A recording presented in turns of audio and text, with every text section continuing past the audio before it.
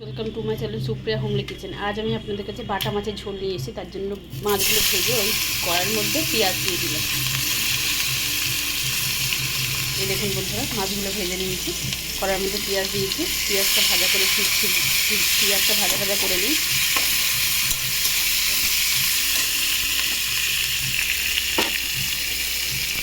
তো আমি মাছের ঝোলে বেশি কিছু দেবো না, পটল দেবো আর আলু দেবো।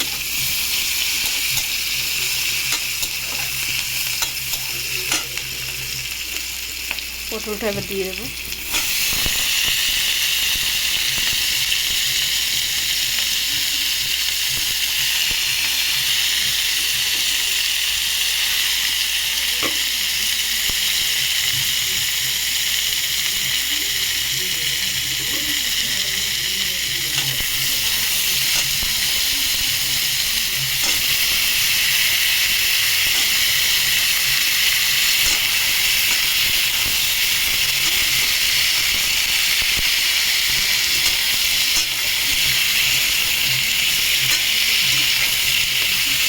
ভাজা ভাজা করে তুলছি বন্ধুরা। দেখুন অনেকটা ভাজা ভাজা হয়ে গেছে। এরপর আমি নুন দিয়ে দেবো স্বাদ মতো। নুন একটু কষি, মানে আজকে ভাজবো ভালো করে, নুনটা ঢুকে যায়।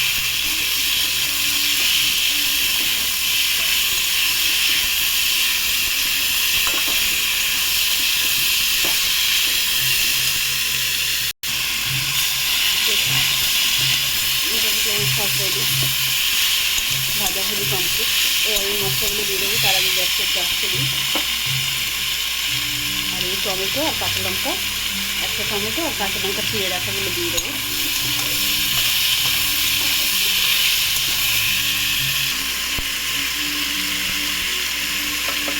বন্ধুরা দেখুন, আমি এর মধ্যে হলুদ গুঁড়ো দিয়ে দিলাম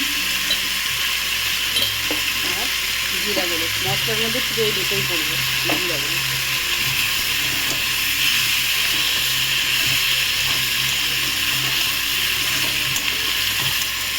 দিয়ে আবার ওটা ভালো করে কষবো।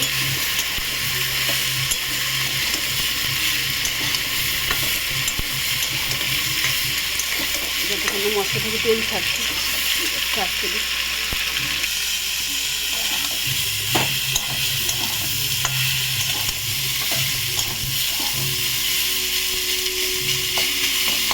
টমেটোগুলো এরকম ইয়ে করে দিতে হবে। এখন ধরে টমেটো চপ করে বলতে চায় না।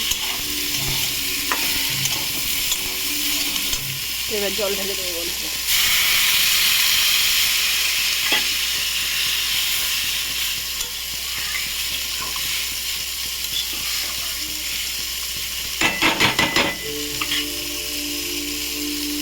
ফুটলে ফিরছি।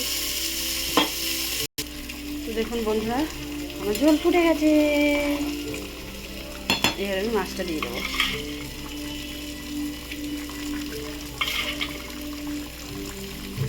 এবার এটাকে ঢাকা দেবো।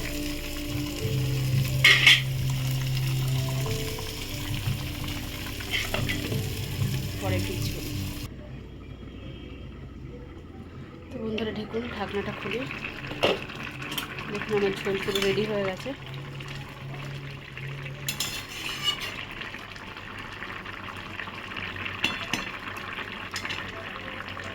এবার এর মধ্যে আমি একটু গোলমরিচের গুঁড়ো দেবো বন্ধুরা।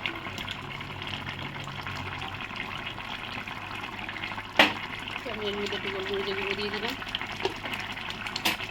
একটু নেড়ে দিলাম, নেড়ে দিয়ে ঢাকা দিলাম। ঢাকা দিয়ে গ্যাসটা অফ করে দিলাম। বন্ধুরা আপনারা ট্রাই করবেন, ট্রাই করে ভালো লাগলে আমাকে কমেন্ট সেকশনে কমেন্ট করে জানাবেন। আর আমার চ্যানেলটা লাইক অ্যান্ড সাবস্ক্রাইব করে দেবেন। Thank you for watching.